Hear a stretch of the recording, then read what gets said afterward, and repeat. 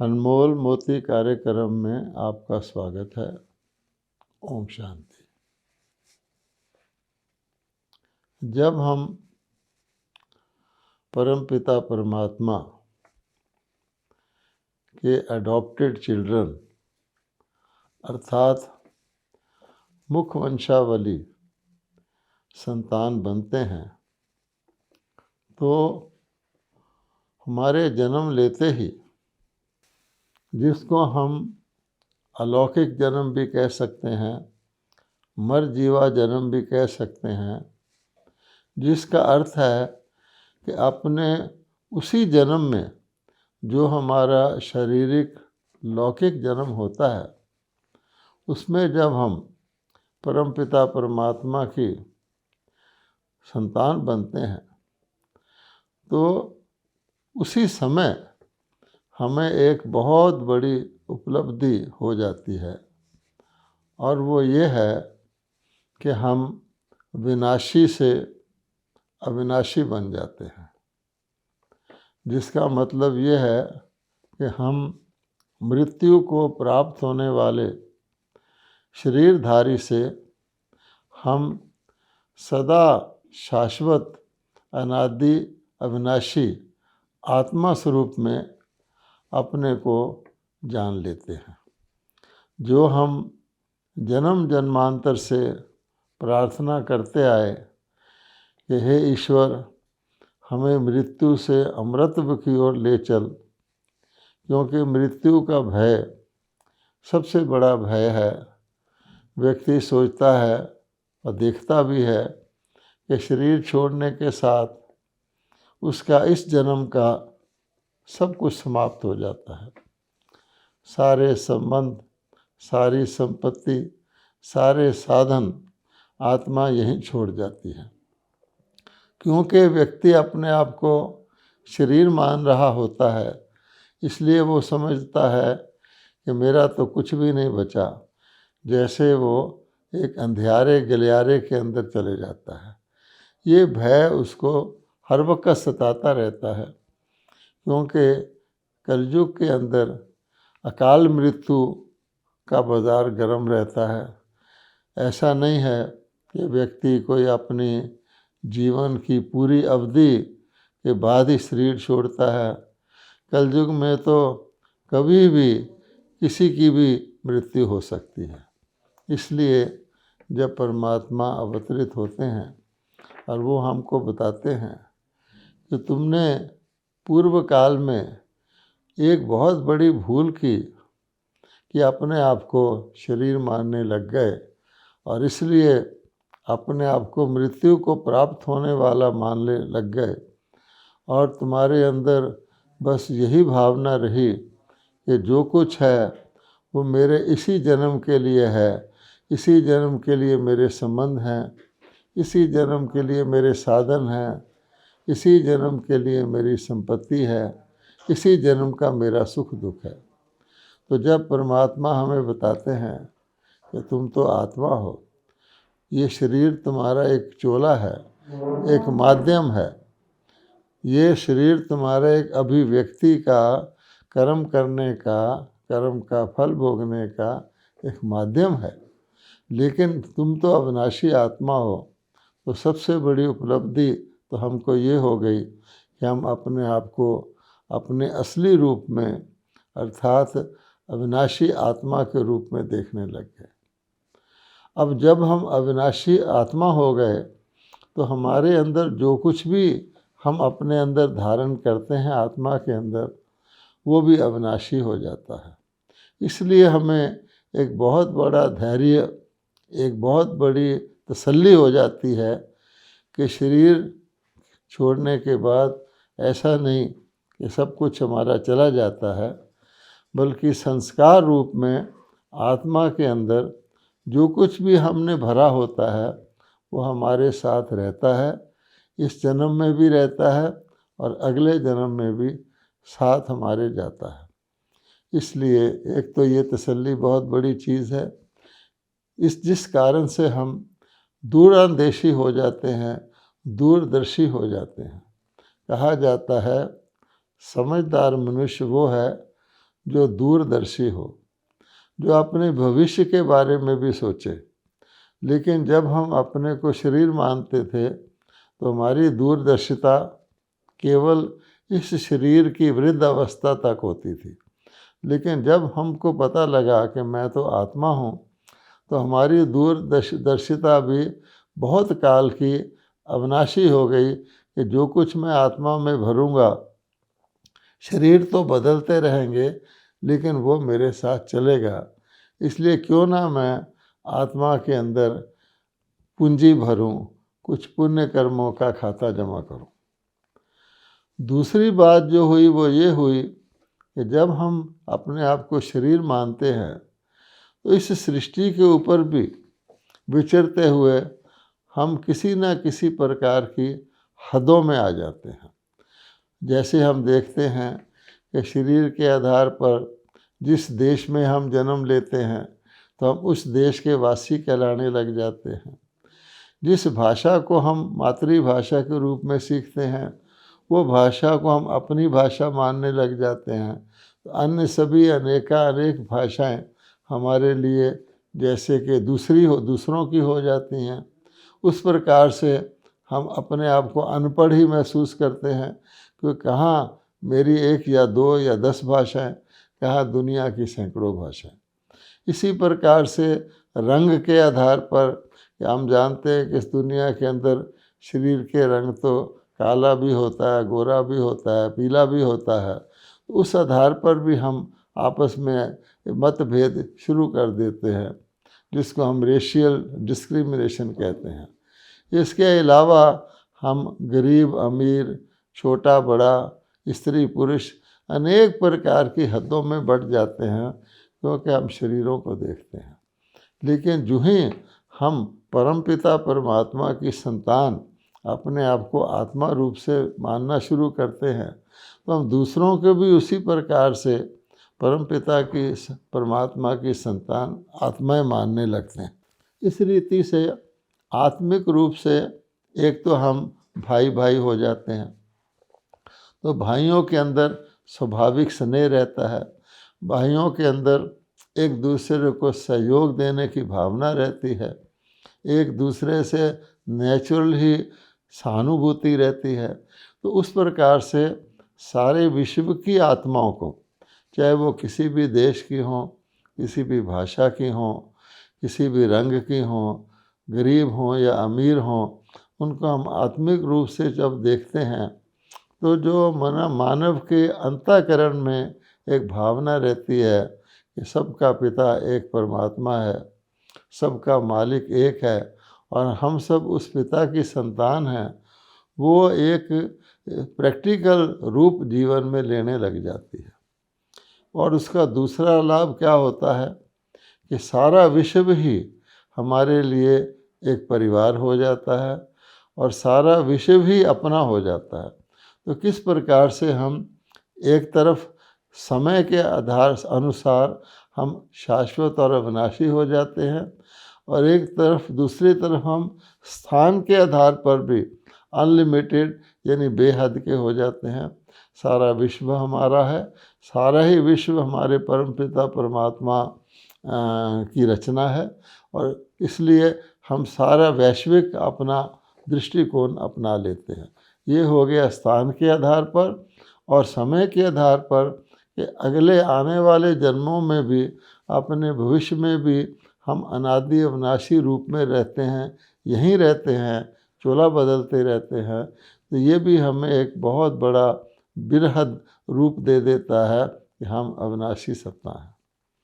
अब इसका फ़ायदा क्या होता है कि हम, क्योंकि हमारा पिता सारे विश्व का रचयिता है और हम उसकी संतान हैं, इसलिए सारा विश्व ही अपना हो जाता है। तो हम देखते हैं कि जो भी परमात्मा की संतान ब्रह्मा बाबा के द्वारा बनते हैं, जिनको हम ईश्वरी संतान भी कह सकते हैं, जैसे कि भगवत गीता में 2 प्रकार के संपदा बताए गए हैं। एक है दैवी संपदा, दूसरा है आसुरी संपदा। एक है पुण्य आत्माओं की दुनिया, दूसरी है पाप आत्माओं की दुनिया। तो भगवान ने इस सृष्टि का विभाजन दो भागों में किया है। एक है पापात्माओं की दुनिया, एक है पुण्य आत्माओं की दुनिया। और फिर भगवान कहते हैं कि जब पापात्माओं की दुनिया में पाप अति बढ़ जाता है, दुख अति बढ़ जाता है, तो मैं फिर आके पापात्माओं की दुनिया को पुण्य आत्माओं की दुनिया बनाता हूँ। यही मुझ रचयिता का या बीज रूप सृष्टि रूपी वृक्ष के बीज रूप का दिव्य कर्तव्य है। जो परमात्मा कहते हैं कि मैं एक ही समय सारे चक्कर में करता हूँ जब मैं पतितों को पावन बनाता हूँ, इसलिए मुझे पतित पावन कहा जाता है। हम सब जानते हैं पाप आत्माओं की दुनिया को पतित दुनिया कहेंगे, पुण्य आत्माओं की दुनिया को पावन दुनिया कहेंगे। पावन दुनिया के समय में कोई पतित नहीं होता और पतित दुनिया के समय में कोई पावन नहीं होता। इसीलिए वो सब पावन बनने के लिए भिन्न भिन्न यत्न प्रयत्न करते रहते हैं, दान पुण्य भक्ति जप तप इत्यादि करते रहते हैं। लेकिन मैं ही आकर के पतितों को पावन बनाता हूँ। मैं पतित पावन हूँ, ना मैं पतित में आता हूँ ना मैं पावन में आता हूँ, ये परमात्मा कहते हैं। उस हिसाब से जब परमात्मा कलयुग के अंत में आते हैं तो सारे विश्व में से वो आत्माएं जो आदिकाल में पावन आत्माएं थी वो परमात्मा की ओर ऑटोमेटिकली आकर्षित होती हैं कि उनके अंदर पावन बनने का संस्कार होता है। वो ही नए सृष्टि के चक्कर की आद में आती हैं। तो उन आत्माओं को परमात्मा जब आसुरी संपदा से दैवी संपदा बनाते हैं तो उसके बीच का काल, जिस काल में वो परमात्मा ये परिवर्तन लाते हैं, उसको हम एक प्रकार से ईश्वरीय संपदा कह सकते हैं, या हम उस प्रकार को अलौकिक परिवार कह सकते हैं। सारा वैश्विक एक प्रकार का दिव्य परिवार कह सकते हैं। दिव्य तो नहीं लेकिन ब्राह्मण परिवार कह सकते हैं, जो कि देवी देवता बनने के लिए अपने आप को ज्ञान योग और शक्तियों से संपन्न बनाते हैं। वो दिव्य परिवार सारे विश्व में होता है और इतना बड़ा होता है क्योंकि अपने आप को और दूसरों को वो सदा ही आत्मिक दृष्टिकोण से देखते हैं। तो उनके अंदर आपस में खास तौर पर और उनका बाकी दुनिया की आत्माओं के साथ आम तौर पर एक अविनाशी रूहानी स्नेह का नाता हो जाता है, क्योंकि वो स्नेह के सागर परमात्मा की संतान होते हैं।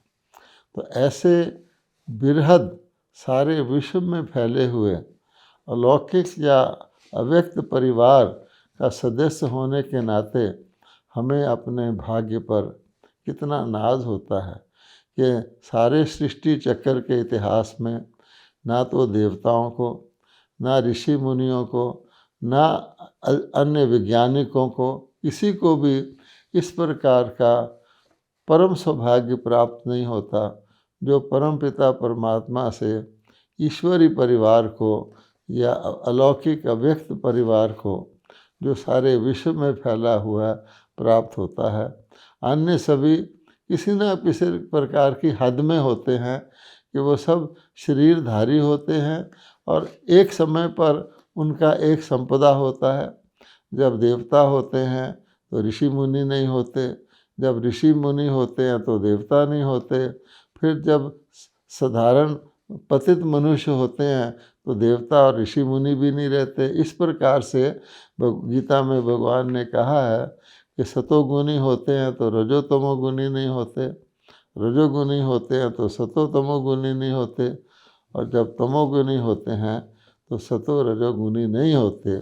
लेकिन जो संधि काल है, जब ये परिवर्तन की वेला आती है, उस समय परमात्मा तमोगुणी से आत्माओं को धीरे धीरे रजोगुणी और वहाँ से सतोगुणी बनाते हैं। अब उसमें खास नोट करने की बात क्या है कि जब कोई भी आत्मा इस अलौकिक परिवार की बनती है, इस अव्यक्ति परिवार की सदस्य बनती है, तो कई बार ये समझने लग जाते हैं हम तो अब ईश्वरी परिवार के हो गए, हम ईश्वर के तो हो ही गए, बस इसलिए हमारा परमात्मा से संबंध जुट गया। इसके लिए फिर ब्रह्मा बाबा स्वयं बताते रहे हैं, हमको अभी भी शिक्षा देते हैं कि नहीं, ईश्वरी परिवार के बनना एक अधिकार है, लेकिन उसके बाद अपने आप को परमपिता परमात्मा के साथ योग युक्त करके, अर्थात परमात्मा से स्नेह युक्त संबंध जोड़कर ही हम अपने जो पिछले जन्मों के किए हुए पाप कर्म हैं या विकर्म हैं, उनको हमें भस्म करना है। ये एक बहुत ही महत्वपूर्ण बात है। ऐसा नहीं कि हम ईश्वरी परिवार के हो गए तो बस हमें सब कुछ ईश्वर के द्वारा प्राप्ति हो गई। जैसे कोई बच्चा किसी रॉयल फैमिली में, किसी राजघराने में जन्म लेता है, उसके कुछ अधिकार तो हो जाते हैं, लेकिन उसको अगर राजगद्दी संभालना है तो उसके लिए उसको बाकायदा तौर पर शिक्षा लेनी होती है, ताकि वो अपने अंदर रॉयल संस्कार, अपने अंदर मर्यादाएं, अपने अंदर वो रॉयल मैनर्स, जीवन में रॉयल्टी, उसकी झलक फलक में सारा व्यवहार रॉयल होगा, तभी तो जाके वो राजगद्दी पर राज करेगा ना। रॉयल फैमिली में अनेक होते हैं, लेकिन राजगद्दी के अधिकारी वही बनते हैं जो उसमें से पूरी तरह एक हिसाब से सबसे बड़े होते हैं और सबसे गुणवान होते हैं।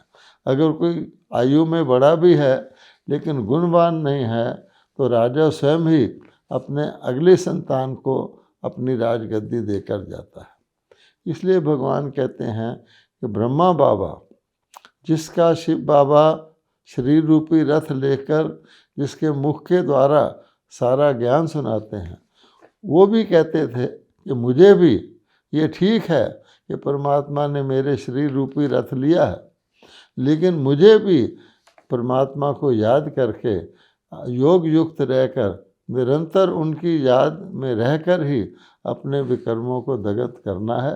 और बीच बीच में कहते थे कि कभी कभी मैं भी भूल जाता हूँ, इसलिए हम जो उनकी संतान हैं, हमें हर वक्त ध्यान रखना चाहिए कि रॉयल फैमिली में आने के लिए ब्राह्मण बनना, अलौकिक परिवार का सदस्य बनना एक भाग्य है, लेकिन उस भाग्य को पूरा पद्मा पदम भाग्यशाली बनने के लिए आवश्यक है कि हम अपने पिछले जन्मों के विक्रम परमपिता परमात्मा के साथ योग युक्त होकर करें।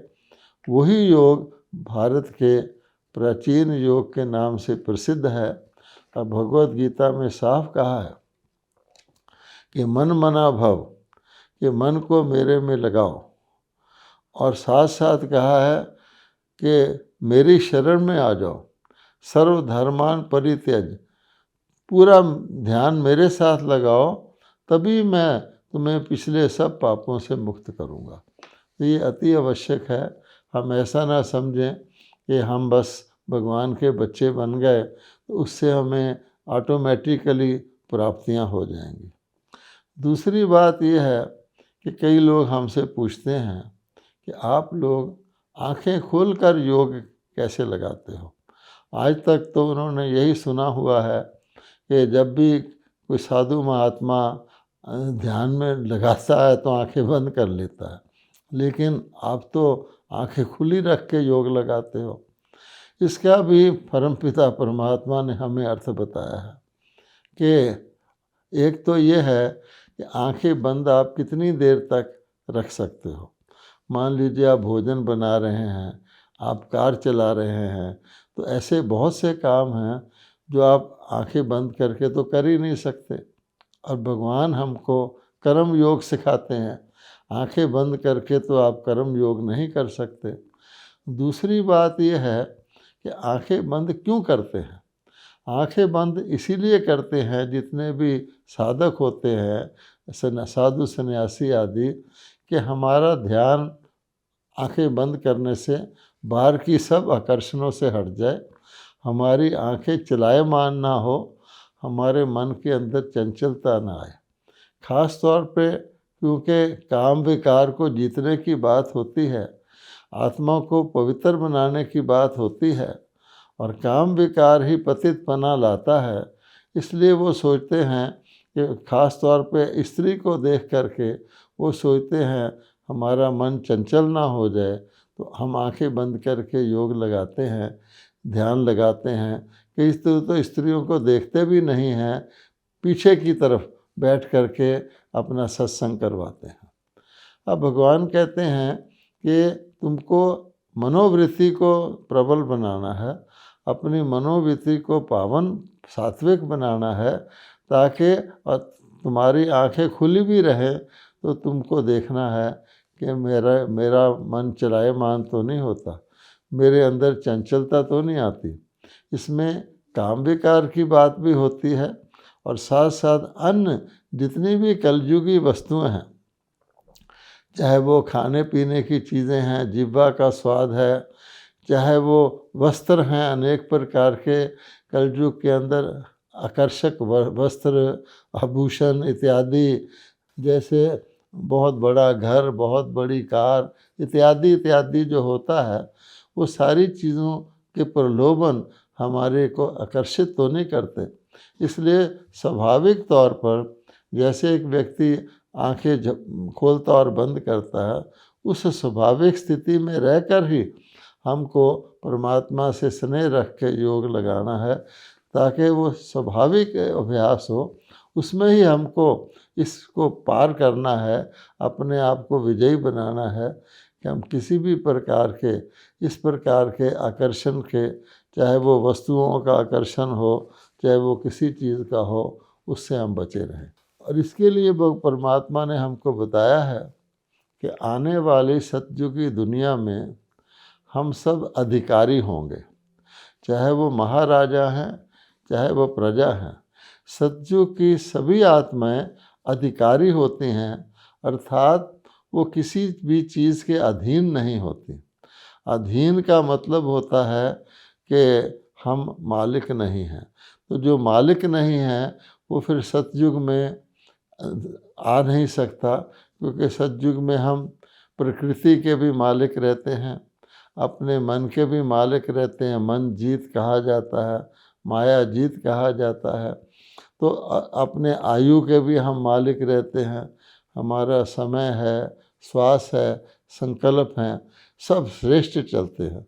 तो वो जो जीवन सतयुग का हम देवताई रूप का धारण करते हैं, उन दैवी गुणों की धारणा हम उससे पहले, जैसे हमने पहले बताया कि कलयुग के अंत में ईश्वरीय संतान बन के परमात्मा के द्वारा राजयोग सीख कर करते हैं। उसके लिए हम ये देखें कि हमारे मन की स्थिति सदा हमारे कंट्रोल में रहे, क्योंकि कहा जाता है मन जीते जगत जीत। अगर मन हमारे कंट्रोल में रहेगा तो ऑटोमेटिकली बाकी हमारे सब संसाधन, चाहे वो शरीर की इंद्रियां हैं, चाहे वे बाहर के संसाधन हैं, संबंध हैं, संपर्क हैं, सब हमारे नियमित रहेंगे, कंट्रोल में रहेंगे, मर्यादाओं में रहेंगे। इसलिए एक टेस्ट हम अपने लिए रखते हैं, जिसको कहा जाता है हमें देखना है कि हमारा अपने मन पे पूरा कंट्रोल है। और उस टेस्ट में हम ये चेक करें कि मैं अपने मन को जब चाहूँ, जहाँ चाहूँ, जितने समय के लिए चाहूँ वहाँ लगा सकूँ, और फिर उसको जब चाहूँ वापस भी ला सकूँ। ये हमारा एक टेस्ट है। इसी के लिए भगवान कहते हैं कि अपने मन को एक्सरसाइज कराओ, अपने मन को ड्रिल कराओ कि आप बिल्कुल चेतना से, ख़ास तौर पे ध्यान रख के अपने मन को इस प्रकार की ड्रिल करवाओ कि मैं आत्मा अपने शरीर से न्यारी हो सकूं। कुछ समय के लिए अपने आप को अपने शरीर से बिल्कुल न्यारा करके अभ्यास करो बीच बीच में। इसी प्रकार से मैं अपने मन को, मान लीजिए शांति धाम जो हमारा परम धाम है, जहाँ भगवान ने बताया है अब नाटक का अंत है और सभी आत्माओं को वापस एक बार तो परम धाम में जाना है, शांति धाम में, मुक्ति धाम में, जो सूर्य चांद से पार है, जहाँ आत्माओं का लोक है, जहाँ हमारे परम पिता परमात्मा का भी निवास है। परम धाम में मैं 1 या 2 मिनट के लिए अपने मन को टिकाऊं और वहीं पर एकाग्र करूं। परम धाम में परम शांति है, वहाँ संकल्प भी नहीं चलते, तो उस स्थिति में अपने आप को टिकाऊं। फिर इसी प्रकार से जो सुख धाम है या सतयुग है, जिसके अंदर संपन्नता और संपूर्णता होती है, हर चीज़ अपने कंट्रोल में होती है, सतो प्रधानता होती है, कुछ समय के लिए अपने मन को वहाँ पर टिकाऊं और एकाग्र करूं। मेरा मन वहीं टिका रहे ताकि उसके अंदर जो हमें सतयुग की अनुभूति है वो मैं उतने समय के लिए कर सकूं। इसी प्रकार से भगवान कहते हैं कि फिर उसके बाद जो है भक्ति मार्ग में जब देवताएं सभी मूर्तियों के रूप में मंदिरों में आ जाते हैं और भगत उनके पुजारी बन जाते हैं, तो उस स्थिति में भी कि भक्तों की कतारें लगी हुई हैं, किन के आगे लगी हुई हैं, ये हम ही जो देवी देवता थे, उस प्रकार से अपने मन को टिकाऊं। फिर कलयुग के अंत में जब संगम युग आता है, परमात्मा कहते हैं मैं आपको दूसरा जन्म देता हूँ, अर्थात आपको मुख वंशावली ब्राह्मण बनाता हूँ।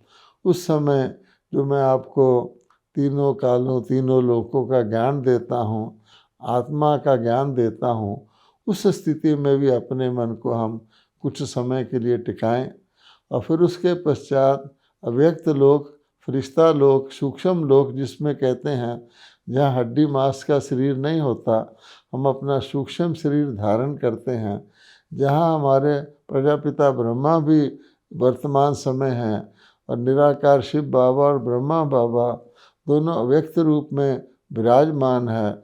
हमें भी उस फरिश्ता रूप को धारण करना है और उसका अभ्यास भी हम करें। इस प्रकार से अपनी स्वेच्छा से हम अपने मन को जिस स्थान पे लगाना चाहें वहाँ लगाएं। तो ये अभ्यास हमें इस शरीर के जो अभिमान है या शरीर के बंधन में जो आत्मा आई हुई है उससे हमको मुक्त करता है, हमारे बंधनों को ढीला करता है और हमें अपनी अंतिम परीक्षा के लिए, जबकि हम संपन्न होकर कर्मातीत होकर इस शरीर को त्यागेंगे, उसके लिए हमें तैयार करता है। तो ये अभ्यास हमें निरंतर लगातार करते रहना है। इसी को ही अव्यक्त स्थिति फरिश्ता रूप कहा जाता है।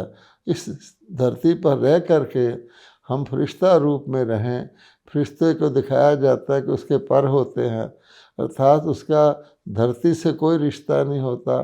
वो यहाँ कर्म तो करता है लेकिन न्यारे होकर कर्म करता है, कर्म के बंधन में नहीं फंसता। तो यही हमारा निरंतर अभ्यास है और इसके लिए हमें अपने आप को परम पिता परमात्मा से स्नेह युक्त संबंध लगातार बनाए रखने का अभ्यास करना है। ओम शांति।